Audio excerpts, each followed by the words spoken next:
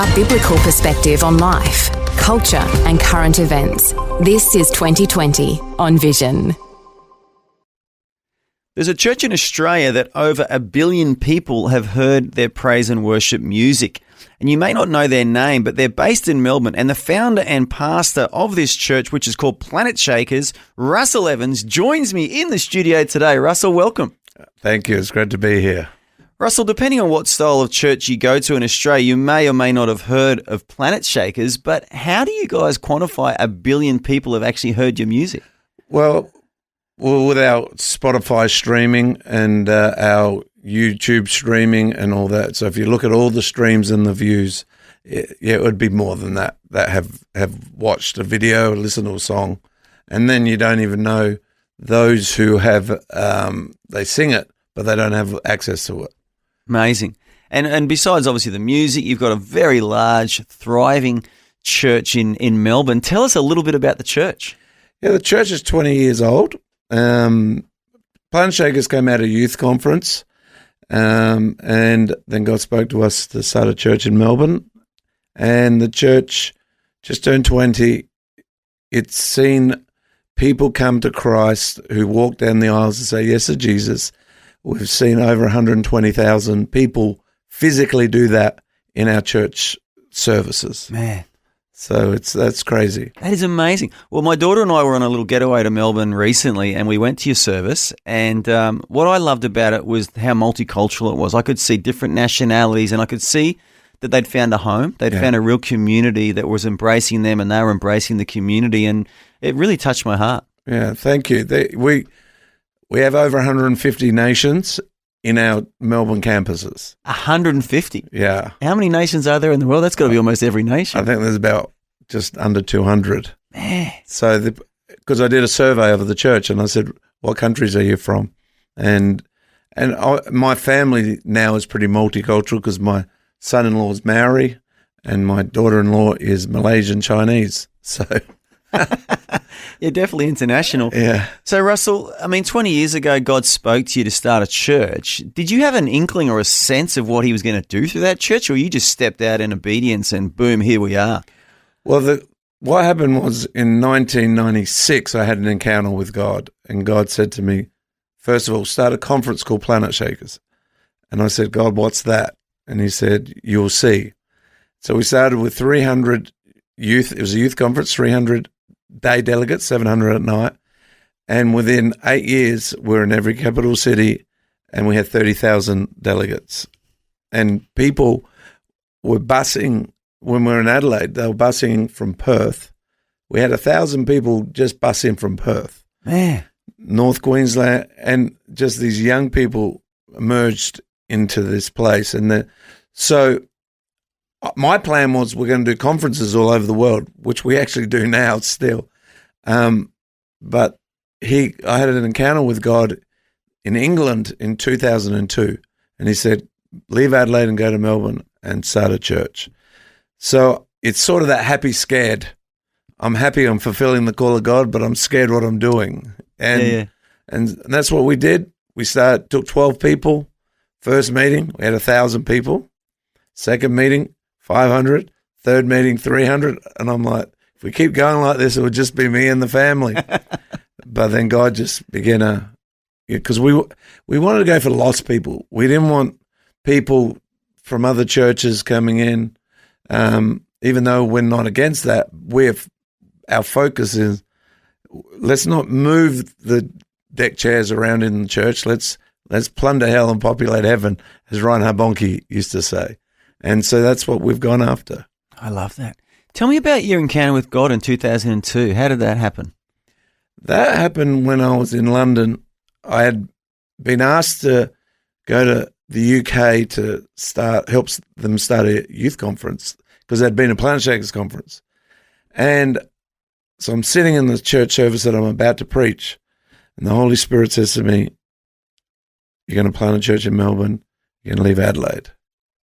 And I'm like, then they introduced me to preach. So I'm sort of lost, and I get through the sermon, and I ring my wife, who's in Adelaide, and I said, how's church in Adelaide? We're in my dad's church. And she goes, it was weird. And there were two people who were really close working with us in the youth, but we had a staff of 12.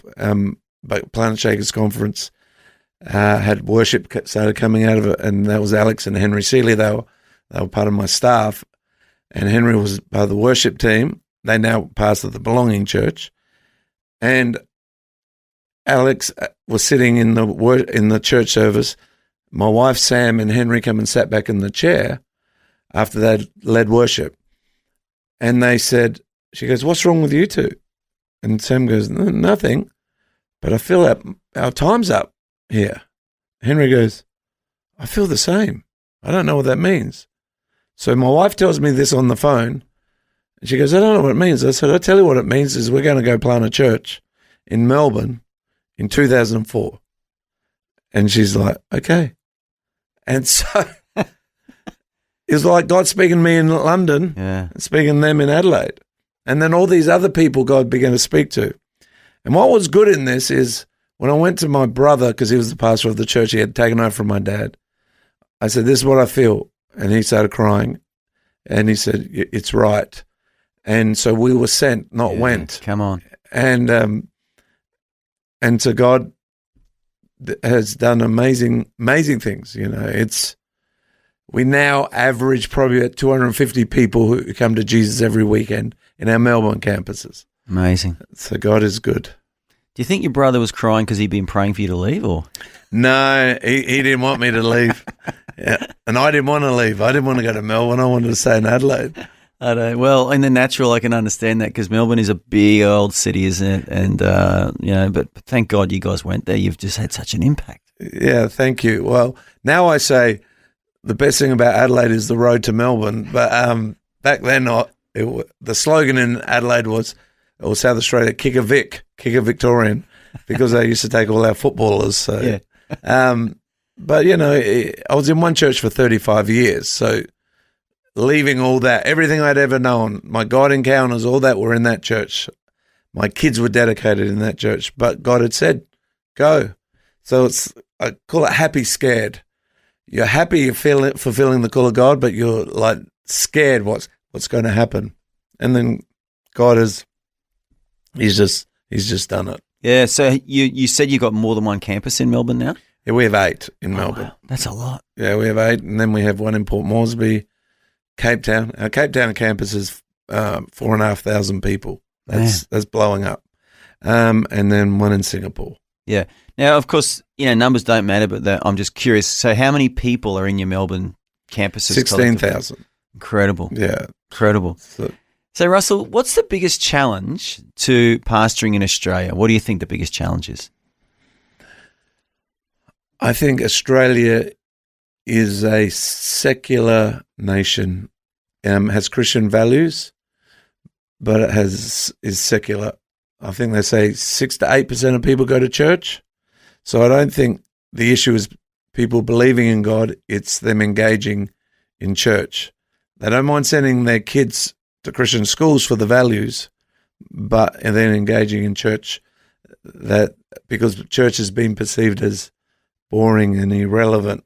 But when they come in, they go, "Well, we have never seen anything like this."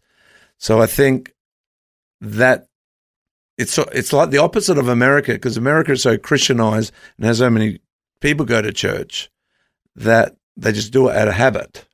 Where Australia is got to get people to church, and sport and our social life is important to people. So doing that, and then also really keeping, Jesus spoke the language of the day.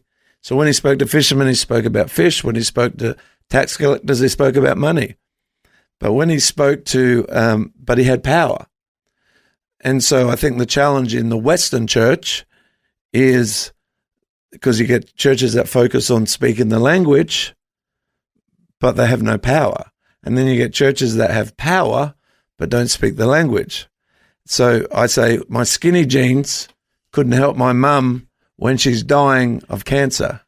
I needed power. Yeah. So Australia needs to encounter the power of God, but in a way that they understand.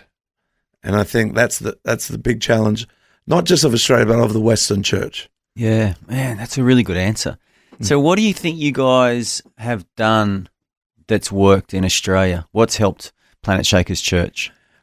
I think our front window is people can connect to it, but what's in the back room, as in the structures.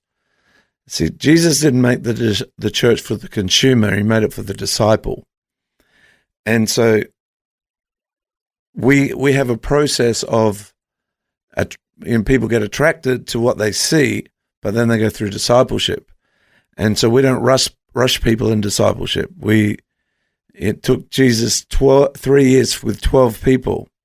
So we just take people through a journey and build, you build a triangle, you don't build a mushroom.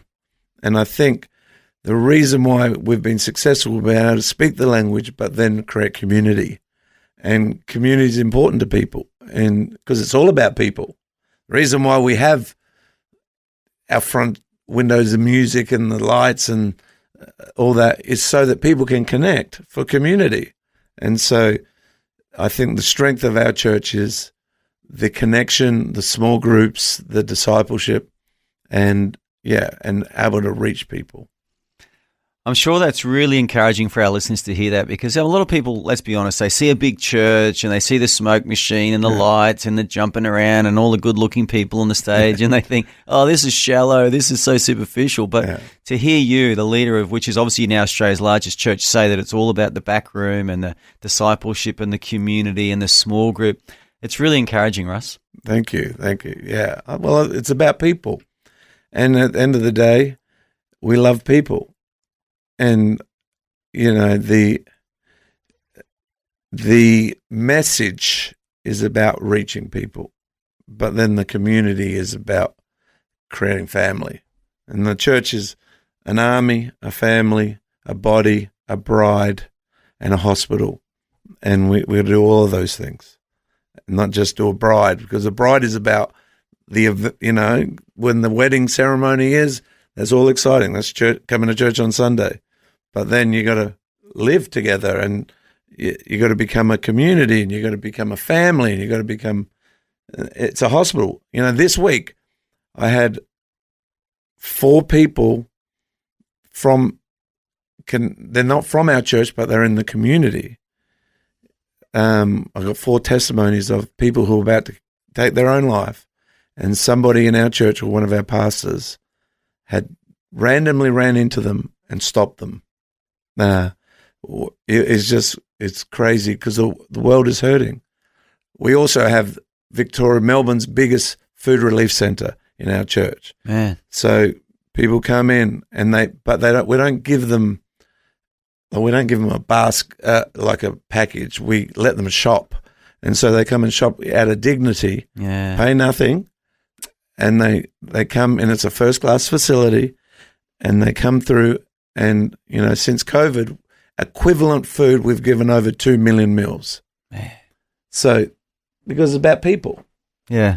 And that was my concern, when the church wasn't meeting, is because people weren't connecting. Yeah. So, yeah. I love that. I love how the shopping, you let people shop with dignity and just really value people. It's so nice. So nice. And you would love it, because the facility we've built is better than Coles and Woolworths. It's like high end for people to come with dignity. It's amazing, and the community has really responded. In people like Woolworths and Coles give us food, and a whole heap of other people. But So what's it called? Because we have a digital signal in Melbourne now. We are getting more and more Melbourne listeners. What is the facility called, the shopping centre called? Well, it's called Empower. Okay. Empower. So it's a part of so when you came to church, you were on this side, one side of the block, and on the other side of the block is the feeding centre. Okay. And that's open Sunday mornings from 9 till 2. So good. And you should see the lines. It's just crazy. And in one sense, you look at the lines and you go, oh, that's great. And then you go, no, actually it's not great, because people need food. but it's great that we're able to be there in a time of need. Yeah, it is good. And again, so many foreign students do struggle and migrants to Australia struggle, and you're obviously meeting such a need then. Like I said, that's what stood out to me about your church, just the amount of nationalities there and just the joy on their faces and seeing them get baptized and all the Hispanic names that even your pastors were struggling to pronounce. And I'm like, how good is this? These people have come to Australia, not many family or friends around. They found a community and some of them have found Jesus and they're getting baptized. It's awesome. Well, thank you. Well, in COVID, they weren't being, because the government wasn't looking after internationals. And there were all these Latinos that were in Australia, and hospitality had shut down, everything had shut down, so they were getting no support. And we just fed, and it hasn't stopped. It's keep growing, even though Australia's opened up. And now it's Japanese that are coming in their masses, which is, I'm like, how will the Japanese community know about our feeding program? And it's through their own social media. They go, if you want to get food, go down to Planet Shakers or Empower Australia. Yeah, amazing. Well, Russell Evans from Planet Shakers Church, I want to thank you so much for your time today. And if anyone wants to check you guys out, obviously just Google Planet Shakers or Planet Boom the Music, and you guys are easily found on all platforms, all streams. But I just want to honour you as well, Russell, and say, mate, as an Aussie, thank you so much for what you've done. You've blessed, our nation. I know many other nations have been blessed through Planet Shakers and through what you guys are doing there. So, well done, mate. Well done. Thank you. It's been an honour being here. Thank you. Thanks for taking time to listen to this audio on demand from Vision Christian Media. To find out more about us, go to vision.org.au.